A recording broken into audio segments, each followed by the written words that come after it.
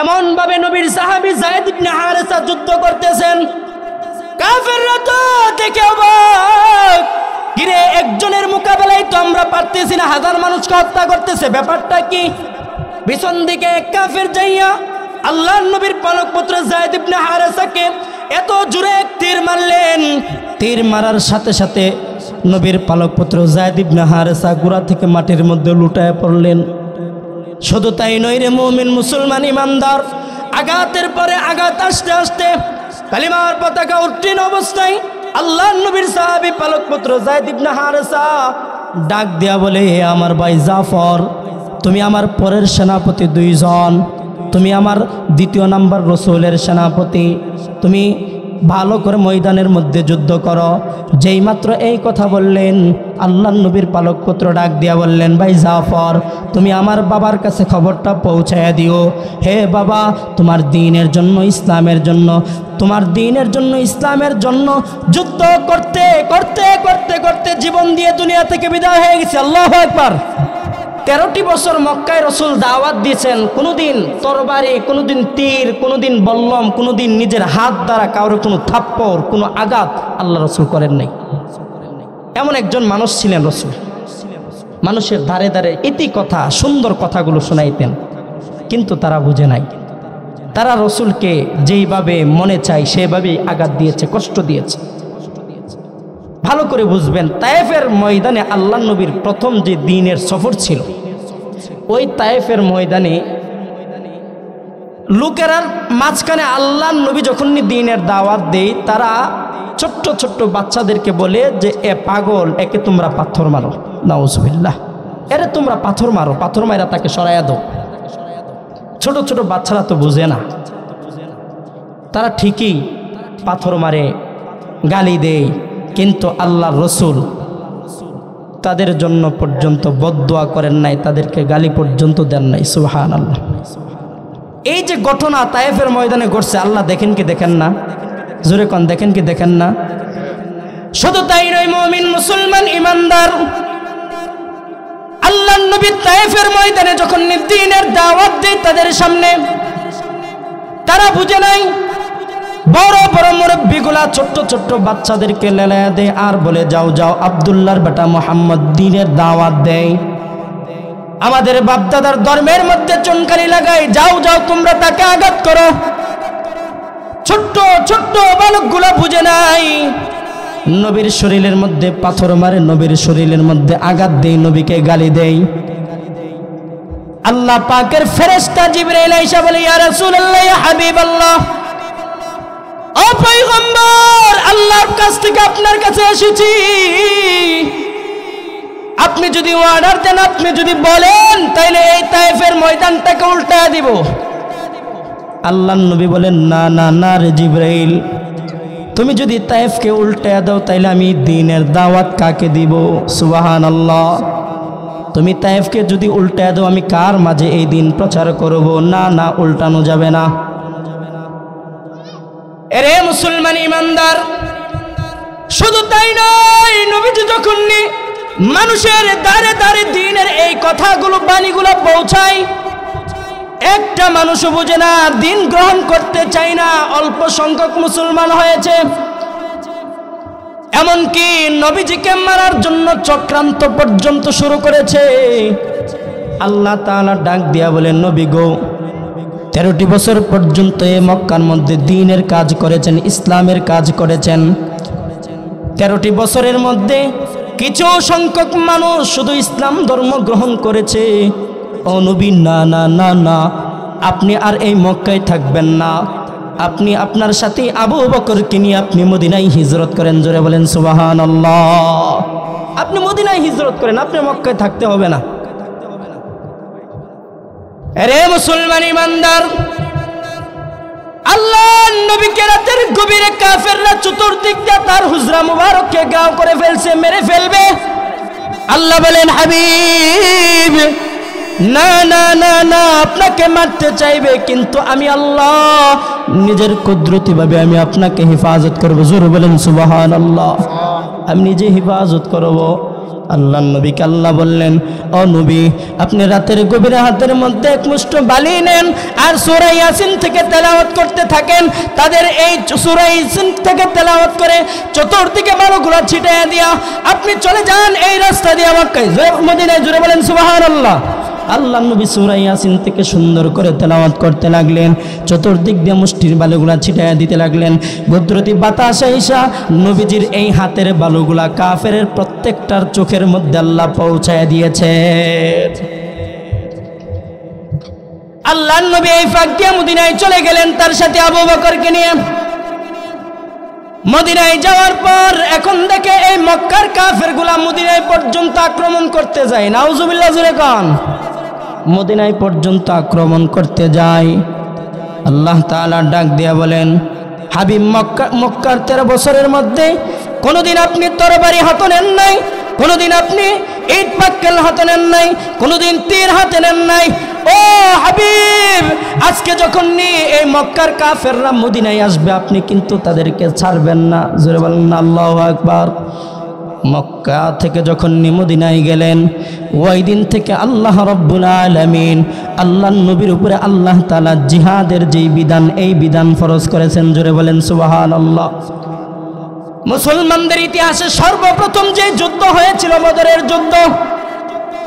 আল্লাহর নবী সাল্লাল্লাহু আলাইহি ওয়াসাল্লাম কাফেররা বদরের ভালো জায়গা দেখে যখন অবস্থান নেই, আর আল্লাহর নবী তার দল নিয়ে ভালো কোনো জায়গাও পায় নাই, পানির ব্যবস্থাও নাই, এমন একটা জায়গার মধ্যে অবস্থান নিছে।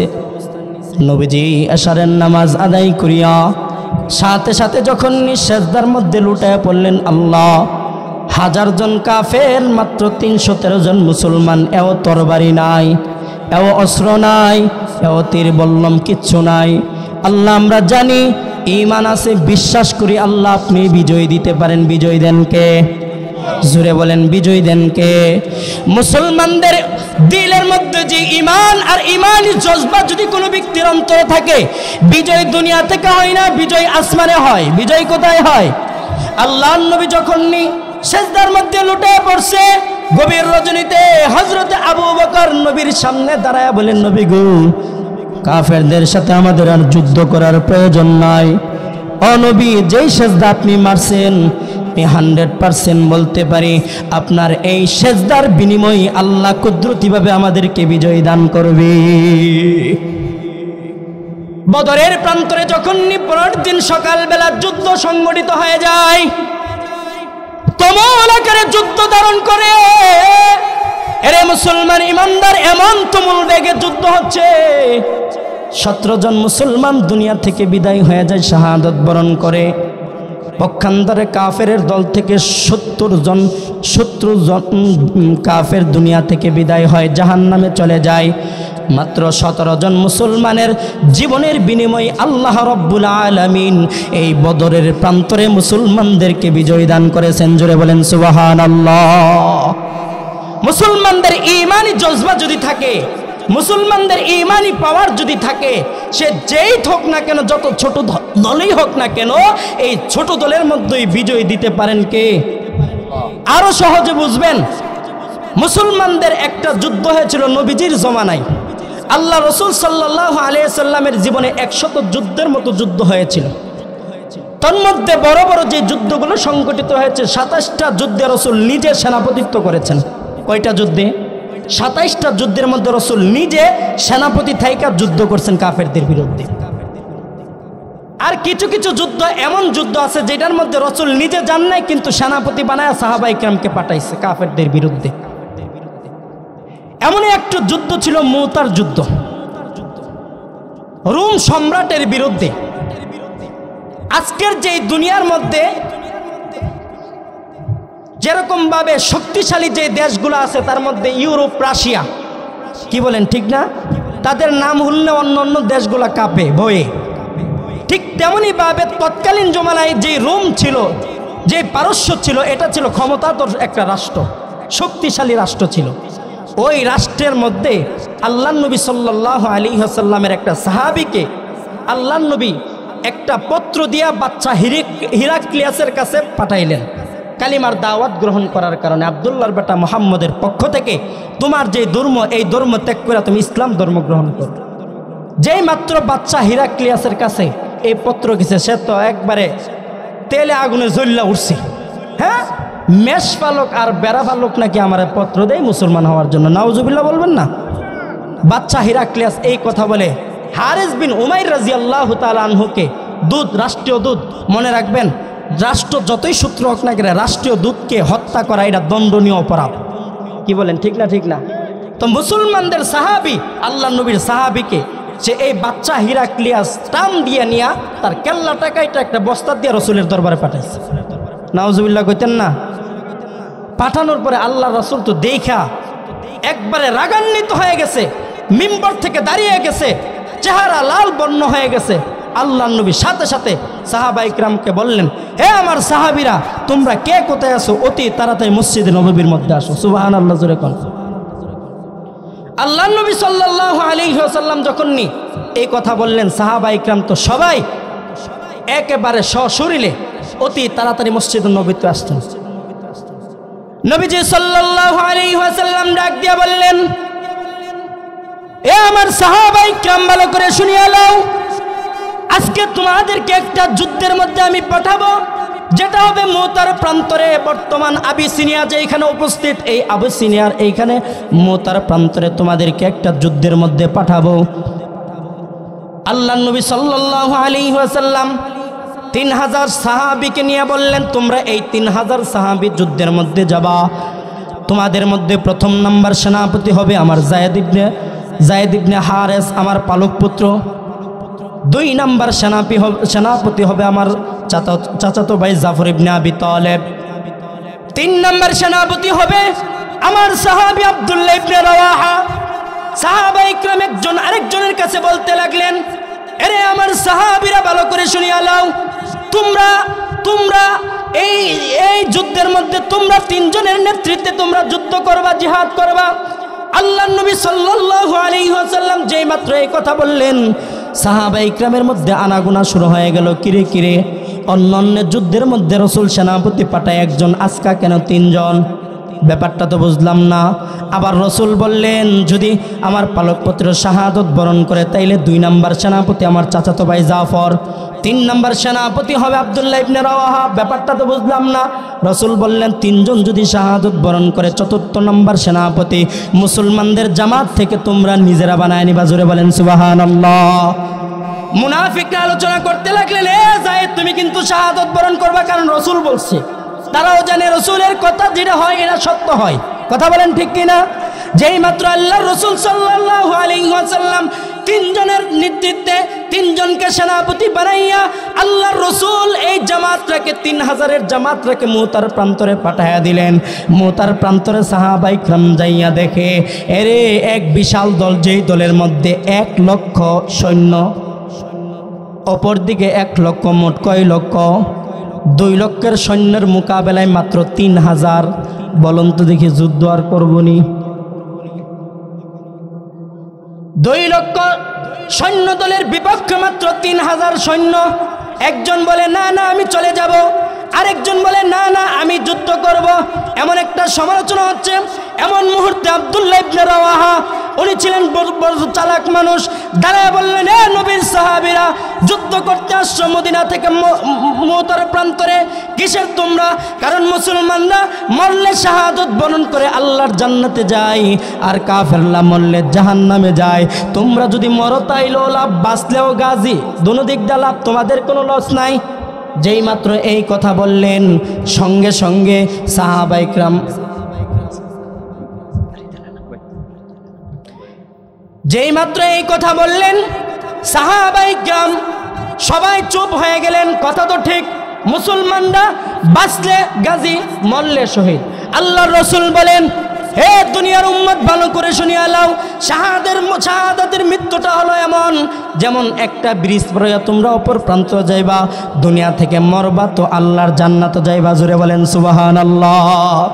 দুনিয়াতে মরবা তো আল্লাহর জান্নাতে যাইবা, এটা হলো শাহাদাতের মরণ। আরো জোরে বলেন না সুবহানাল্লাহ। সাহাবীরা ডাক দিয়া বলেন, অবশ্যই অবশ্যই দ্বীনের জন্য যুদ্ধ করব। দ্বীনের জন্য শাহাদাত বরণ করব। এরে মুসলমান ইমানদার ভালো করে বুঝবেন, মুতার প্রান্তরে এই ভাষণের পরে পরের দিন যখন যুদ্ধ হয়ে যায়, আল্লাহর নবীর প্রথম সেনাপতি যায়েদ ইবনে হারেসা নবীজির পালক পুত্র ময়দানের মধ্যে এক হাতে কালিমার পতাকা, এক হাতে তরবারি, ঘোড়া চলিত অবস্থায় আল্লাহর নবীর সাহাবী ময়দানের মধ্যে ঝাঁপায়া পড়লেন। যায়েদ ইবনে হারেসা যেদিকে যায় সেদিকে কাফেরদের কুচু কাটার মতো কাটতে কাটতে কাফেরদেরকে জাহান্নামে ফালায়া দ্রুত ওই দিকে সামনের দিকে চলে, জুড়ে বলেন সুবহানাল্লাহ। এমন ভাবে নবীর সাহাবী যায়েদ ইবনে হারেসা যুদ্ধ করতেছেন, কাফেররা তো দেখে অবাক, কিরে একজনের মোকাবেলায় তো আমরা পারতেছি না, হাজার মানুষকে হত্যা করতেছে, ব্যাপারটা কি? পিছন দিকে এক কাফের যাইয়া আল্লাহর নবীর পালক পুত্র যায়েদ ইবনে হারেসাকে এত জোরে এক তীর মারলেন, তীর মারার সাথে সাথে নবীর পালক পুত্র যায়েদ ইবনে হারেসা গোড়া থেকে মাটির মধ্যে লুটায় পড়লেন। শুধু তাই নয় রে মুমিন মুসলমান ইমানদার, আঘাতের পরে আঘাত আসতে আসতে কালিমার পতাকা উত্তীর্ণ অবস্থায় আল্লাহর নবীর সাহাবী পালক পুত্র যায়েদ ইবনে হারেসা ডাক দেয়া বলে, আমার ভাই জাফর, তুমি আমার পরের সেনাপতি দুইজন, তুমি আমার দ্বিতীয় নাম্বার রসুলের সেনাপতি, তুমি ভালো করে ময়দানের মধ্যে যুদ্ধ করো। যেই মাত্র এই কথা বললেন, আল্লাহর নবীর পালক পুত্র ডাক দিয়া বললেন, ভাই জাফর, তুমি আমার বাবার কাছে খবরটা পৌঁছায়া দিও, হে বাবা, তোমার দ্বীনের জন্য, ইসলামের জন্য, তোমার দ্বীনের জন্য, ইসলামের জন্য যুদ্ধ করতে করতে করতে করতে জীবন দিয়ে দুনিয়া থেকে বিদায় হয়ে গেছে। আল্লাহু আকবার। শুধু তাই নয় রে মুমিন মুসলমান ইমানদার, আল্লাহর নবীর সাহাবী এই পালক পুত্রকে নিজের হাতে লালন পালন করেছে, নিজের হাতে সব কিছু কইরা আল্লাহর নবী যুদ্ধের ময়দানে শাহাদাত বরণ করেছে।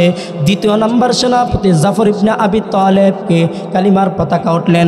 কে সে জাফর ইবনে আবি তালেব, যে কিছুদিন পূর্বেই মাত্র হাবশা থেকে সফর করে হিজরত করে মদিনায় পৌঁছে নিজের ইচ্ছা আকাঙ্ক্ষা হলো এই মদিনার মধ্যে থাইকা রসুলের পিছে নামাজ পড়বে, রসুলের জন্য ইবাদত করবে, নিজের ইচ্ছা আকাঙ্ক্ষা। কিন্তু মুসলমান, আল্লাহর নবী 2 নাম্বার সেনাপতি পাঠাইলেন। নবীর সাহাবী বাড়িতে যাওয়ার পরে ডাক দিয়ে স্ত্রীকে ডাক দিয়া বললেন, স্ত্রী কি করো রে তুমি? স্ত্রী বললেন, ও স্বামী, অনেক দিন যাবত তুমি যখন হিজরত করছো, সফর করছো, এই জন্য তোমার জন্য ভালো মন্দ কিছু রান্না করতেছে। জাফর ইবনে আবি তালেব বলে, না না, রান্না করার প্রয়োজন নাই, ও আমার স্ত্রী একটু সামনে চলে আসো। সাথে সাথে বললেন, কি উদ্দেশ্যে আমাকে ডাকলেন? নবীর সাহাবী ডাক দিয়া বললেন, আল্লাহর নবী আমাকে মুতার প্রান্তরে 2 নাম্বার সেনাপতি বানায় পাঠাইছে, যুদ্ধের ময়দানে চলে যাব। এরে মুসলমান ইমানদার, যুদ্ধের ময়দানে চলে যাব। স্ত্রী তো হাউমাউ করে কান্দে আর বলে, আমি আল্লাহর কাছে 2 রাকাত নামাজ পড়ে আপনার জন্য দোয়া করে। আল্লাহর নবী ডাক দিয়া বললেন, হ্যাঁ। আল্লাহর নবীর সাহাবী বললেন, হ্যাঁ করো। সাথে সাথে হাতটা তুলে বলেন, আল্লাহ, যুদ্ধের ময়দানে বিজয় দান করে আমার স্বামীকে গাজী বানাইয়া তুমি আমার সন্তান গোলার কোলে ফিরাইয়া দিও। যেই মাত্র এই দোয়া স্ত্রী করলেন, হযরতে জাফর রাঙ্গা তলোয়ার বার করে উল্টা পিঠ দিয়ে আঘাত করতেছেন আর বলতেছেন, এর স্ত্রী, উল্টা দোয়া করো না, যেরকমভাবে আমি তোমাকে তরবারি দিয়ে আঘাত করার কারণে তোমার হাতটা উল্টাভাবে আঘাত করার কারণে কাটে নাই। আল্লাহর নবী দোয়া করেছেন আমি শাহাদাত বরণ করব।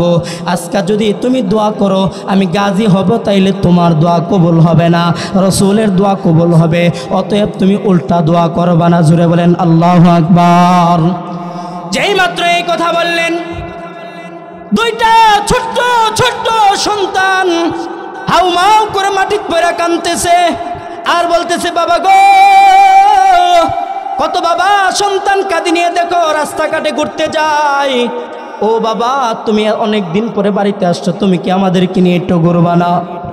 নবীর সাহাবী বললেন, না না, ঘুরবো যদি সময় আল্লাহ জান্নাতে দেখা করে। আল্লাহু আকবার বলেন। স্ত্রীকে ওসিয়ত করলেন, ও আমার স্ত্রী, তুমি ভালো করে শুনিয়া লাও, যেই রাস্তা আমার জীবন যাবে ওই রাস্তার মধ্যে তুমি আমার ছোট্ট ছোট্ট 2টা সন্তানকেও আল্লাহর রাস্তায় শাহাদাত বরণ করায়। জোরে বলেন সুবহানাল্লাহ। 3য় নাম্বার সেনাপতি হযরত আব্দুল্লাহ ইবনে রাওয়াহা বাড়িতে চলে গেলেন। কিতাবের মধ্যে আসছে, হযরত আব্দুল্লাহ ইবনে রাওয়াহা মাত্র নতুন বিবাহ করেছে, বাসর রাত পর্যন্ত করে নাই। ওই রাত্র ছিল তার বাসর রাত, ফুল সজ্জার রাত। স্ত্রীকে ডাক দিয়া বললেন, স্ত্রীর একটু দরজার সামনে আসো।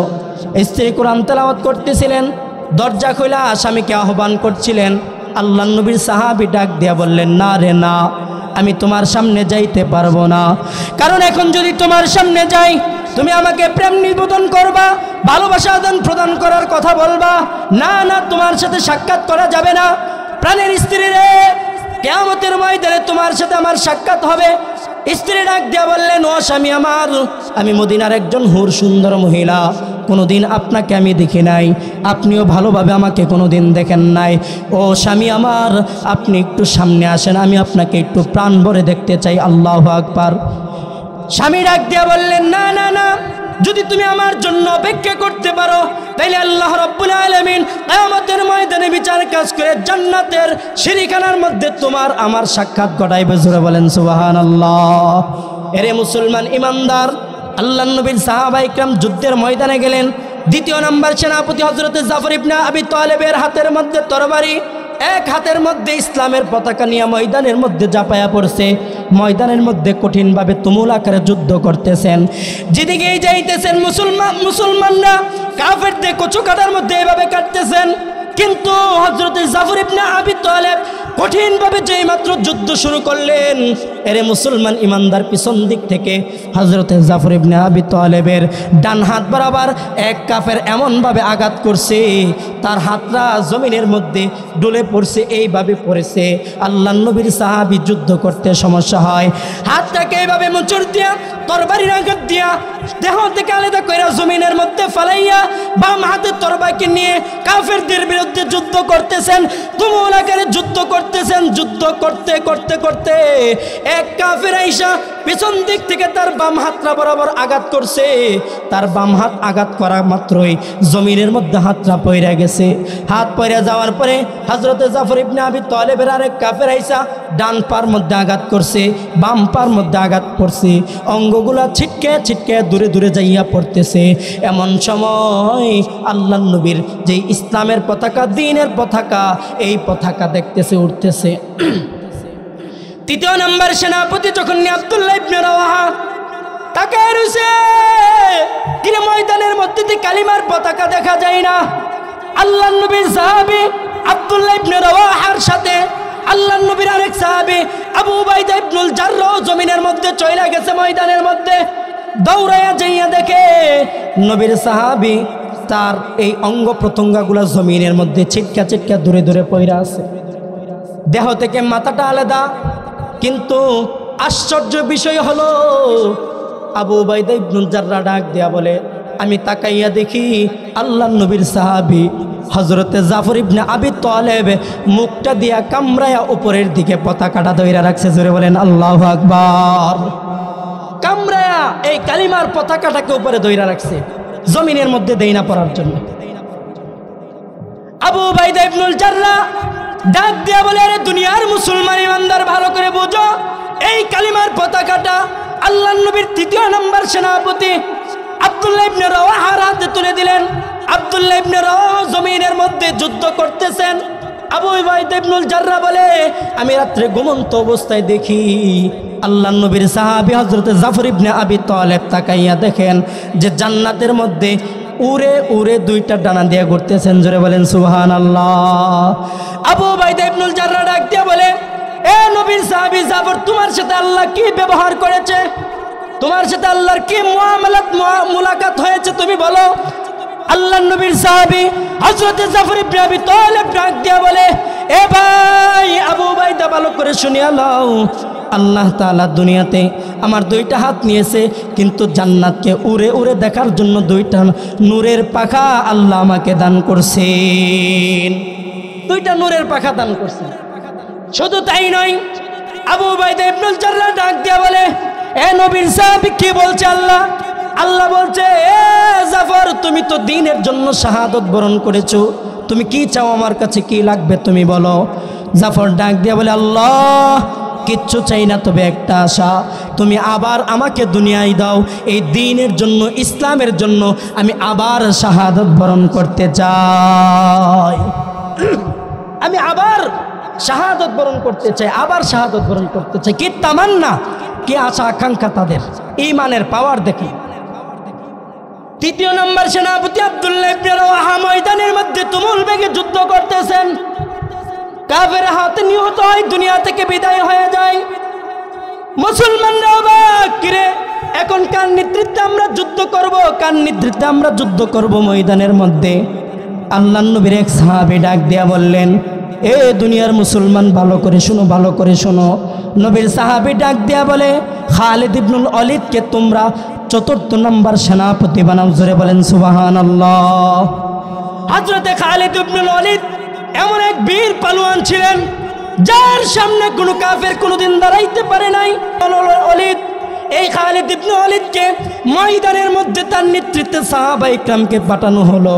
সাহাবা ইকরাম ময়দানের মধ্যে তুমুল বেগে যুদ্ধ করতেছেন। হযরতে খালিদ ইবনে ওয়ালিদ একটা নয় দুইটা নয় যুদ্ধ করতেছেন, আর সাহাবীকে বলতেছেন আমার তরবারি ভেঙে গেছে, তরবারি দাও। আল্লাহু আকবার। 1 নাম্বার তরবারি ভেঙে গেল, আবার তরবারি চাইলেন। 2 নাম্বার তরবারি ভেঙে গেল, 2 নাম্বার তরবারি চাইলেন। 3 নাম্বার তরবারি ভেঙে গেল, আবার 4র্থ নাম্বার তরবারি চাইলেন।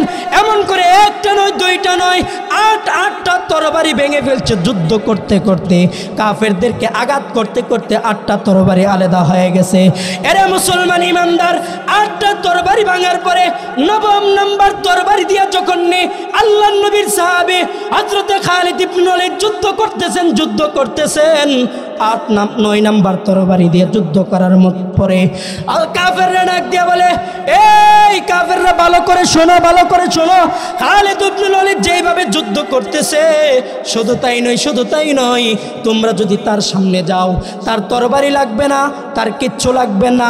সে যদি হাত দিয়ে ইশারা করে, তাইলে তোমরা দুনিয়া থেকে বিদায় হয়ে যাবা। জোরে বলেন সুবহানাল্লাহ।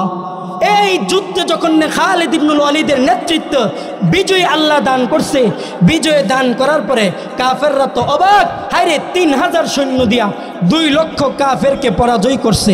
এটা কি সাধারণ কোনো কথা? কথা কয় না, সাধারণ কোনো কথা? একটু জিকির করেন লা ইলাহা। জোরে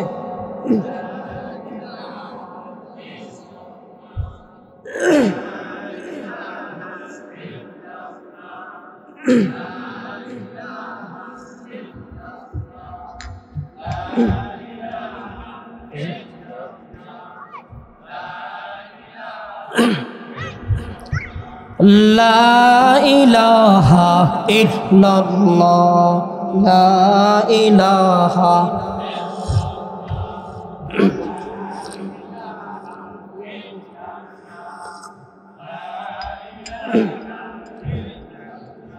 লা ইলাহা ইল্লাল্লাহ মুহাম্মাদুর রাসূলুল্লাহ সাল্লাল্লাহু আলাইহি ওয়াসাল্লাম। আল্লাহ পাক যখন এই খালিদ ইবনুল ওয়ালিদের নেতৃত্বে যখন এই মোতার প্রান্তরে বিজয় দান করলেন, তখন গোটা বিশ্বর মধ্যে আলোড়ন সৃষ্টি হয়ে গেল।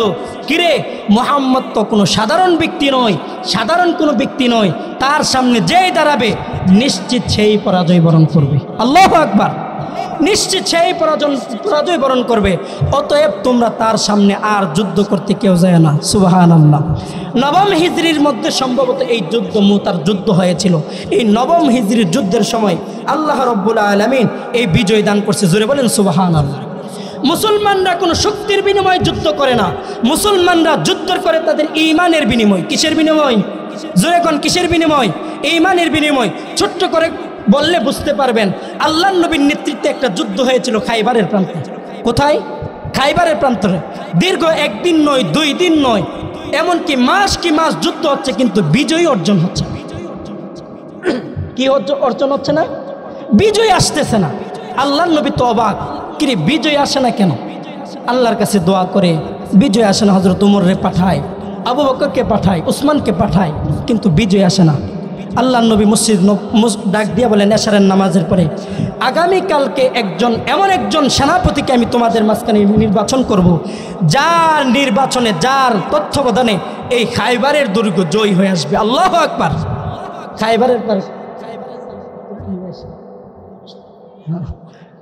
খাইবারের এই দুর্গ জয় হবে যার নেতৃত্বে। আল্লাহর নবী যখন এই কথা বললেন, হযরত ওমর বলেন যে আমি ওই রাতে আমি চিন্তায় ঘুমাইতে পারি না। যদি আমার নামটা রাসূল বলতো, সাধারণ কোনো কথা সুবহানাল্লাহ কইতেন না। হযরত ওমর বলেন এত পেরেশানির রাত আমার জীবনে কোনোদিন কাটে নাই। মুসলমান ইমানদার, আল্লাহর নবী ফজরের নামাজ পড়ে মিম্বরের মধ্যে ডাক দিয়ে বললেন, এরে আমার সাহাবায়ে কিরাম, আমার আলী কোথায়? আল্লাহু আকবার, আমার আলী কোথায়? আল্লাহর নবীর সাহাবী ডাক দিয়া বললেন, হুজুর আলী তো অসুস্থ, চোখ উঠছে, চোখ লাল হয়ে গেছে। বলে তুমি দুইজন যাও হযরত আলীকে আমার সামনে নিয়ে আসো। যেই মাত্র হযরত আলীকে আল্লাহর নবীর সামনে নিয়ে আসছেন, আল্লাহর নবী নিজের মুখ থেকে লালা বার করে হযরত আলীর চোখের মধ্যে লাগায়া দিলেন। আল্লাহু আকবার। যেই মাত্র হযরত আলীর চোখের মধ্যে লাগায়া দিলেন, হযরত আলী বলেন, আমার চোখ এত ভালো হয়েছে যে পূর্বে আমি যেরকম দেখতাম এর থেকে ডাবল আল্লাহর নবীর লালা লাগানোর পরে আমি চোখ দিয়ে দেখি। এখনো এই চিকিৎসা আছে যদি মুসলমান আল্লাহর কোরআনের উপরে বিশ্বাস রাখে। আছে না নাই? আছে, কিন্তু আমাদের বিশ্বাস একেবারে কম। আল্লাহর নবী সাল্লাল্লাহু আলাইহি ওয়াসাল্লাম হযরত আলীকে ডাক দিয়ে বললেন, আলী, খাইবারের দুর্গের সেনাপতি বানাইয়া আজকে তোমাকে আমি পাঠাইলাম। খাইবারের দুর্গে তুমি যাবা, যুদ্ধ করবা তুমুল বেগে। আল্লাহর নবী নিজের রুমালটা, নিজের কমন বানটা হযরত আলীর কোমরের মধ্যে বাইন্ধা দিলেন। হযরত আলীর কোমরের মধ্যে বাইন্ধা ডাক দিয়ে বললেন, আলী যাও যাও। নিজের জুলফিকার তরবারিটা আল্লাহর নবীর সাহাবী হযরত আলীর হাতে তুলে দিলেন। তুলে দিয়ে ডাক দিয়ে বললেন, আলী যাও যাও, ময়দানের মধ্যে যুদ্ধ করো। আল্লাহর নবীর সাহাবী হযরত আলী ময়দানের মধ্যে যাওয়ার পর কাফেরদের পক্ষ থেকে একজন বীর পালোয়ান, মুরাহাব নাম কি? মুরাহাব ময়দানের মধ্যে এসে ডাক দিয়ে বলে, আলী, তুমি ছোট মানুষ, তোমার প্রতি আমার দুর্বলতা কাজ করে, তুমি যাও যাও যাও, মুসলমানদের মধ্য থেকে এর থেকে বড় সেনাপতিকে আমার মাঝখানে পাঠাও। হযরত আলী ডাক দিয়ে বলে, মুরাহাব, দুর্বলতা থাকলে থাক, তোর কাছে থাক, আমার কাছে তোর প্রতি দুর্বলতা নাই। আল্লাহু আকবার। আলী ছোট মানুষ, মুরাহাবু চালাম্বা বড় মানুষ, দেহ বডি এত মোটা, যার বিপক্ষে 1000 লোক যুদ্ধ করে। কয় হাজার? জোরে বলেন। 1000 লোক যুদ্ধ করে পরাজয় বরণ করে। আলী বলে, না না, কাফেরদের কাছে তুমি বীর পালোয়ান হতে পারো, কিন্তু আমি আলীর কাছে তুমি কোনো বীর পালোয়ান নয়। আমি আলীর কাছে তুমি কিচ্ছু নয়। যেই মাত্র মুসলমান ইমানদার হযরত আলী এই কথা বললেন, মুরাহাব বললেন, তাইলে তুমি আমাকে আঘাত করো। আল্লাহর নবীর সাহাবী হযরত আলী ডাক দিয়া বললেন, এ মুরাহাব, মুসলমান কোনোদিন কাউকে আঘাত করে না, তুমি আমাকে আগে আঘাত করো আর তারপরে আমি তোমাকে আঘাত করব। মুরাহাব সাথে সাথে হযরত আলীকে আঘাত করলেন। হযরত আলী ফিরাইলেন, আবার আঘাত করলেন। হযরত আলী ফিরাইলেন, আবার আঘাত করলেন। হযরত আলী ফিরাইলেন, দ্বিতীয়বার যখন আঘাত শেষ ফিরাই ফেললেন, মুরাহাব ডাক দিয়া বলে, এ আলী, তুমি আমাকে আক্রমণ করো। যেই মাত্র মুরাহাবে কথা বললেন, হযরত আলী জুলফিকারটা টান দিলেন, টান দিয়া উপরের দিকে উঠালেন, আল্লাহু আকবারের ধ্বনি দিয়ে যেই মাত্র মুরাহাবের দিকে হযরত আলীর তরবারি নিক্ষেপ করলেন, সাথে সাথে আল্লাহ পাকের কুদরতে মুরাহাবের মাথা বরাবর আঘাত পইরা 2 খণ্ডিত হইয়া তার যেই গুড়া সেই গুড়া 2 ভাগ হইছে। যেই জুলফিকার আছে, জুলফিকার কবজি পর্যন্ত মাটির ভিতরে ডাইবা গেছে। আল্লাহু আকবার।